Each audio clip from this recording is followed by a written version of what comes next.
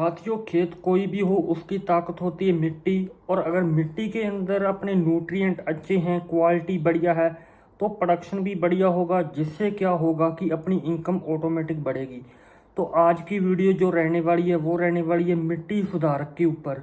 एक ऐसा केमिकल बताने जा रहा हूँ जो कि मिट्टी को सुधारता है। स्पेशली जो लवण प्रभावित मिट्टियाँ होती हैं उनके लिए ये एक केमिकल है जिसका आप प्रयोग करके अपनी मिट्टियों को सुधार सकते हैं। और दूसरी बात, एग्रीकल्चर जो है वो ये प्रैक्टिकल है, तो आज मैं प्रैक्टिकल करके बताऊंगा। हालांकि वैसे नहीं करके दिखाऊंगा, लेकिन रिएक्शन समझाऊंगा मैं।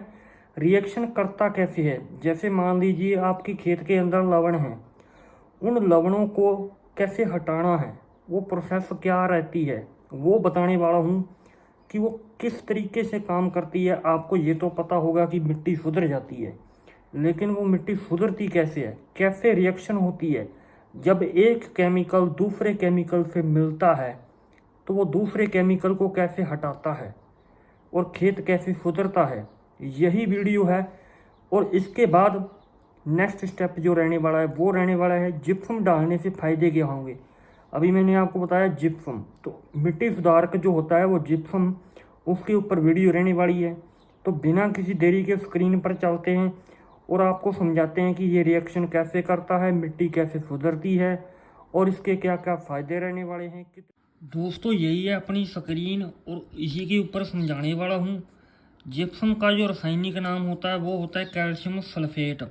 ये कैल्शियम है, ये सल्फेट है, ठीक है।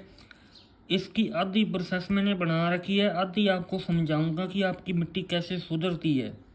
सबसे पहले मैंने आपको बताया कि ये लवण प्रभावित मिट्टियों के लिए यूज किया जाता है। सबसे सस्ता होता है, सबसे टिकाऊ होता है। हालांकि ये केमिकल है लेकिन बहुत ही ज़्यादा यूजफुल है, ठीक है। बाज़ार में अच्छे प्राइस पर मिल जाता है, कोई ज़्यादा महंगा नहीं होता है। ये चीज़ अलग लिखी पड़ी है मैंने, सेट्स वगैरह, ये मैं आपको इस रिएक्शन के बाद समझाने वाला हूँ। देखो दोस्तों, होता क्या है असल के अंदर, ये जो है क्ले को बोलते हैं अपनी मिट्टी। मान लीजिए ये आपकी मिट्टी है और मिट्टी के ऊपर सोडियम है। सोडियम क्या है? लवण है। सोडियम जो होता है इसके पास प्लस का निशान होता है, ठीक है। और जो मिट्टी होती है इसके पास माइनस होता है, ठीक है। और आपके पास जो कैल्शियम है इसके पास फिर प्लस होता है, ठीक है। और सल्फेट के पास फिर माइनस होता है। अब रिएक्शन चलेगी, अब आपको समझ आएगा कि मिट्टी सुधरती कैसे है। तो इस तरीके से क्या होगा, जबकि सोडियम क्ले के ऊपर है, ठीक है, यानी कि मिट्टी जो है अपनी वो क्या है? लवण वाली है। अब इस लवण वाली मिट्टी को सुधारना है। इसका पीएच जो है ना, उसको अपने थोड़ा सा डाउन करना है, ठीक है। क्या होगा, आप खेत में डाला कैल्शियम सल्फेट, तो ये आपकी जो मिट्टी है, ठीक है, क्ले, इसके ऊपर आ जाएगा कैल्शियम। क्यों आएगा? क्योंकि इसके पास प्लस है, इसके पास माइनस है, इसके पास प्लस है, आ गया। अब पीछे क्या बचा, ध्यान से देखिए, पीछे क्या बचा? पीछे आपके पास बचा सल्फेट, इसके पास था माइनस।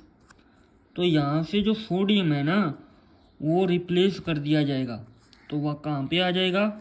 यहाँ पे आ जाएगा। तो ये प्लस निशान हो गया। और इसका क्या होगा? ये बन गया सोडियम सल्फेट। ये जो आप वाटर यानी कि इरिगेशन करोगे उसके साथ इसकी लीचिंग हो जाएगी। क्या हो जाएगी? लीचिंग। लीचिंग का मतलब होता है बाहर निकल जाना खेत से, आपके खेत से बाहर निकल जाएगा या ऊपर आ जाएगा। ऊपर आ जाएगा तो आप इसको खेत से निकाल सकोगे। तो ओवरऑल क्या होगा, आपकी खेत की मिट्टी सुधर जाएगी। तो ये रिएक्शन थी, समझ आया? तो बढ़िया बात है, क्योंकि ये केमिकल चीज़ थी। खेत के अंदर आपने डाला कैल्शियम सल्फेट, इसने सोडियम को रिप्लेस कर दिया, सोडियम की जगह पर कैल्शियम आ गया, पीएच मान जो है आपका वो डाउन हो गया। और पीछे जो बचा सोडियम सल्फेट वो वाटर के साथ बाहर निकल गया। अब एक मैंने ये चीज़ लिखी है सेट्स। इससे क्या होगा, जब आप कैल्शियम सल्फेट खेत के अंदर डालोगे, ठीक है, उससे बनेंगे सेट्स। अब हिंदी में तो मेरे को पता नहीं क्या बोलते हैं। उन सेट्स से क्या होता है खेत की जो पपड़ी होती है, कठोर पपड़ी, वो नहीं बनेगी। जब वो नहीं बनेगी तो खेत के अंदर क्या होगा? हवा, पानी और न्यूट्रिएंट। ठीक है, ये तीन चीज़ें जो होगी वो आपकी फसल को मिलेंगी। ये आपकी फसल है ना जो, इसको मिलेंगी तो क्या होगा? प्रोडक्शन होगा, क्वालिटी होगी, ओवरऑल आपका बेनिफिट होगा और आपकी खेत की मिट्टी भी सुधरेगी। तो ये केमिकल चीज़ थी, यही मेरी स्क्रीन थी जो मैंने आपको भी समझाया। अब मैं बताऊंगा आपको इसके 7-8 फ़ायदे, तो वीडियो के एंड तक बने रहें। अच्छी लग रही है तो लाइक ज़रूर करें। साथ ही जो जिप्सम होता है, इसका पहला फ़ायदा रहता है पीएच कंट्रोल करता है, क्षारीय मिट्टी नहीं बनती।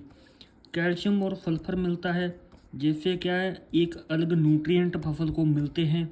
आपकी खेत की मिट्टी को कैल्शियम भी मिलेगा, सल्फर भी मिलेगा। ठीक है, जो ऑयल वाली फसलें होती हैं उनके अंदर जो ऑयल बनता है वो सल्फर से बनता है।